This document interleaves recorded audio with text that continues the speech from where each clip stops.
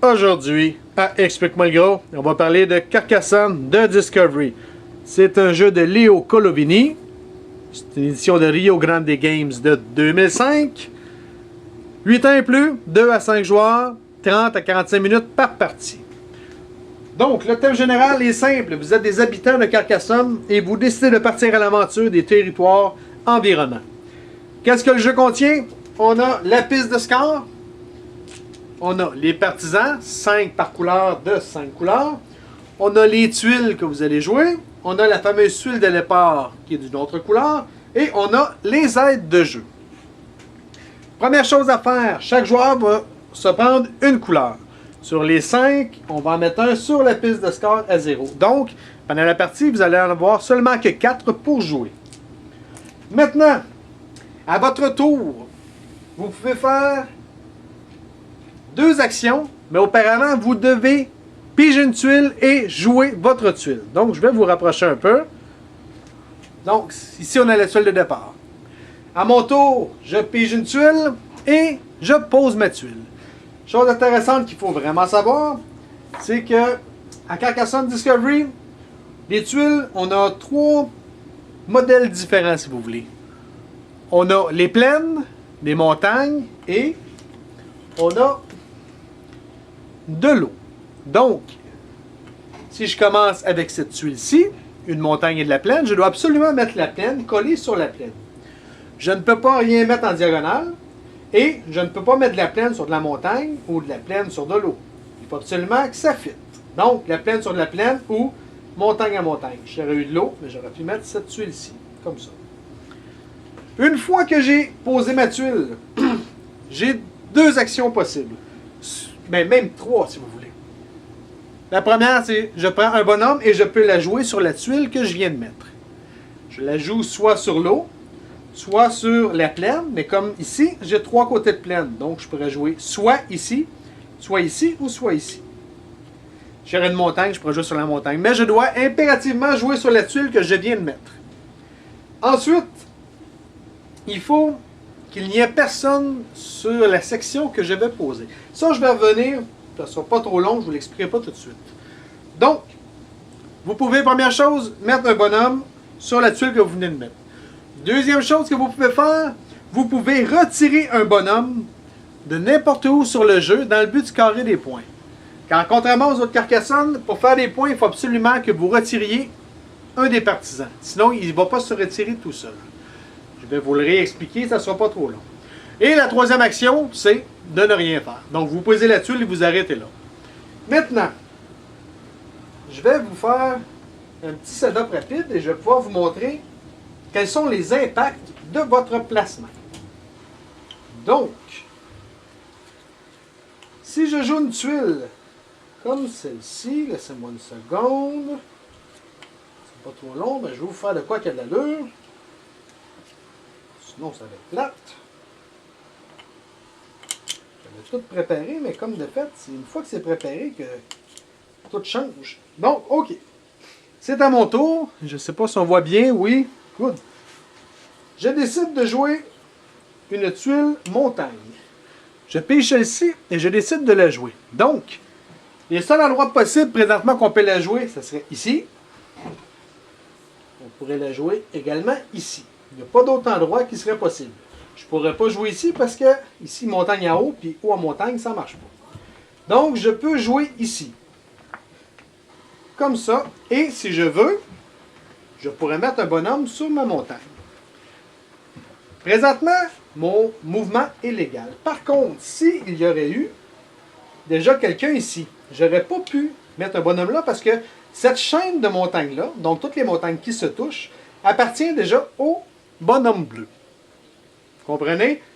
Par contre, si on regarde ici, la chaîne de montagnes qui est là n'appartient à personne, car il se touche seulement par la pointe. Donc, ça ne compte pas. Donc, si je voudrais, s'il n'y aurait rien ici, eh bien, j'aurais pu jouer cette tuile-là et mettre un bonhomme ici.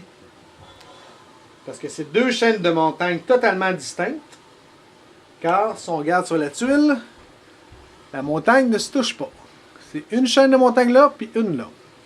Donc, si je joue ici, et je décide de mettre mon bonhomme là, Plus tard dans la partie, je vais pouvoir retirer mon bonhomme et faire des points.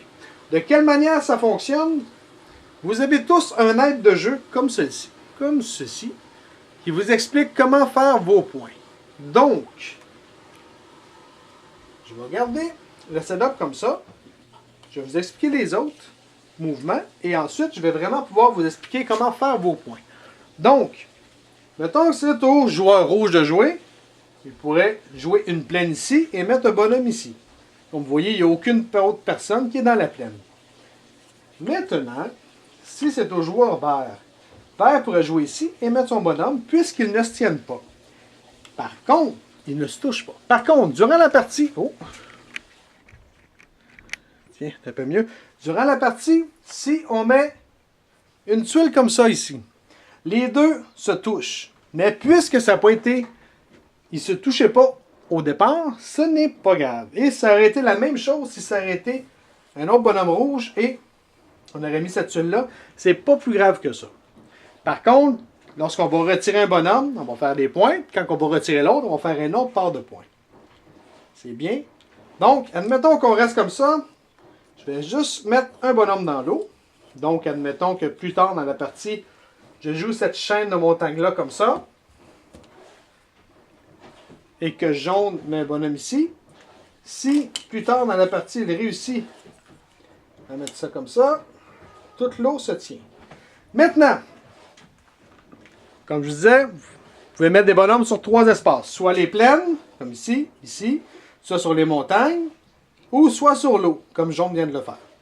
Maintenant, durant la partie, comme je vous disais, vous avez 3 choix. Soit vous mettez un bonhomme, comme vient de le faire, soit vous faites absolument rien, ou soit vous enlevez un bonhomme. De quelle manière ça fonctionne si vous enlevez un bonhomme? Si vous regardez votre aide de jeu, ici, c'est bien indiqué. Si c'est une plaine et que vous retirez un bonhomme et que la plaine n'est pas fermée, c'est ici les petites lignes pointillées, là. Si c'est pas fermé, ça va vous donner 1 point par tuile de plaine. Donc, si on regarde cette plaine-ci, elle n'est pas fermée, et Rouge décide d'enlever son bonhomme. Donc, si Rouge enlève son bonhomme, si on se fait la carte, il va faire 1 point par tuile de plaine. Donc, 1, 2, 3, 4, 5. Il va faire 5 points qu'on va avancer sur la piste de score. C'est bien. Maintenant, on refait le même exemple, mais cette fois, la plaine est terminée. Si on suit encore notre aide de jeu, si la plaine est terminée, ça va donner 2 points par tuile. Donc, présentement, si on enlève le bonhomme rouge, ça fait 1, 2, 3, 4, 5, 6, ça fait 12 points. Donc, c'est plus payant. Donc, à son tour, si le joueur rouge va enlever son bonhomme, il pige une tuile, il met sa tuile n'importe où, et au lieu de mettre un bonhomme dessus, il décide d'enlever lui pour 12 points. Comme vert est dans la même position, vert à son tour pourrait faire la même chose. C'est bien? Donc, plaine qu'on ferme, si la plaine n'est pas fermée, donc comme ici, on voit qu'elle est fermée partout, elle n'est pas ouverte, il n'y a pas de tuile verte. Si elle est fermée, 2 points par tuile. Si elle est ouverte, 1 point par tuile. Good? Ensuite, chose importante, si vous fermez une plaine comme celle-ci, avec seulement 2 tuiles, eh bien c'est seulement 1 point par tuile, parce qu'elle est trop petite pour être calculée. Donc, 2 tuiles, c'est seulement 1 point. Même chose qui est écrit sur l'aide de jeu ici. Si c'est juste 2 tuiles, ça donne 1 point par tuile, donc 2 points. Ensuite, c'est la même chose pour les montagnes. Si les montagnes sont fermées, c'est plus payant. Si elles sont ouvertes, c'est moins payant. Donc, si on regarde, admettons que bleu aurait cette montagne-ci. Si on regarde notre aide de jeu, donc, pour les montagnes, si elles sont ouvertes, ça va rapporter 1 point par ville qui est dans la montagne et 1 point par ville pour tous les prés qui touchent à la montagne. Donc, si le joueur bleu, ici, décide de retirer son bonhomme, sa montagne n'est pas finie. Mais si on regarde, il n'y a pas de ville sur sa montagne, il y en a une sur la plaine ici qui se rend jusque-là. Donc, il y a 2 villes. Donc, ça va donner 1 point par ville. Donc, combien de points il fait? Il va faire 2 points. Par contre, comme on disait tantôt, si sa montagne est fermée, comme ceci, la montagne est fermée, donc, notre joueur bleu vu qu'elle est fermée, il va faire 2 points par ville qui est dans la montagne et 2 points par ville qui est dans les plaines, qui touche à sa montagne. Donc, on avait 2 villes tantôt. Donc, notre joueur bleu va faire 4 points. C'est bien pour les montagnes. Maintenant, c'est la même chose pour les montagnes qui sont seulement de 2. Comme ici. Notre montagne, elle a seulement 2. Donc, si notre joueur bleu était dessus, il va faire seulement 1 point par ville. Donc, s'il l'enlève, il va faire 1 point pour cette ville-ci, puis 1 pour celle-ci. C'est bien? Good. Maintenant, on va y aller avec l'eau. Notre joueur jaune qui est ici. De quelle manière ça fonctionne? Si, on regarde notre tête de jeu, si l'eau est encore ouverte, donc ici, il manque des tuiles, si elle est ouverte, il va faire 1 point par ville côtière. Donc, dans l'exemple ici, il y a 1, 2, 3 villes côtières. Je ne sais pas si vous les voyez. 1, 2, 3. C'est bien. Maintenant, si je ferme notre cours d'eau, comme ça, ici, il y a des montagnes tout le tour. Donc, la ville, pas la ville, mais le cours d'eau, il est fermé partout. On regarde encore.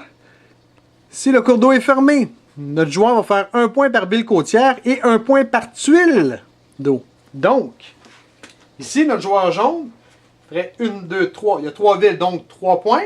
Plus 1, 2, 3, 4, 5. Plus 5, donc il ferait 8 points pour son cours d'eau ainsi que pour ces 3 villes. C'est bien. Maintenant, comme tous les autres, si c'est un cours d'eau de 2, il va seulement faire 1 point par ville, tout simplement. C'est bien. Maintenant, quand est-ce que la partie va arrêter? La partie va s'arrêter quand il n'y aura plus de tuiles à poser. Quand tous les tuiles sont posées, la partie arrête. Par contre, lorsqu'elle arrête, on va faire un décompte final. Ce qu'on va faire, c'est que tous les pions qui sont sur le jeu vont récolter des points. Donc, tous les montagnes inachevées, donc qui ne sont pas fermées, on va se référer aux montagnes ouvertes. Tous les cours d'eau qui ne sont pas fermés, bon, on va se référer à ça. Seule exception, les plaines. Les plaines vont calculer comme si elles étaient tous fermées. Donc, même s'ils sont ouvertes, en fin de partie, lorsqu'il n'y a plus de tuiles, on calcule de cette façon-là. Donc, 2 points par tuile. On calcule tous les points qui sont sur le jeu. On les rajoute à ceux qu'on avait récoltés pendant la partie. Et la partie est finie. Tout simplement, celui qui a le plus de points va gagner. Si vous avez des questions, eh bien, écrivez-moi. Je vais faire de mon mieux pour y répondre. Et là-dessus, ben, bonne game!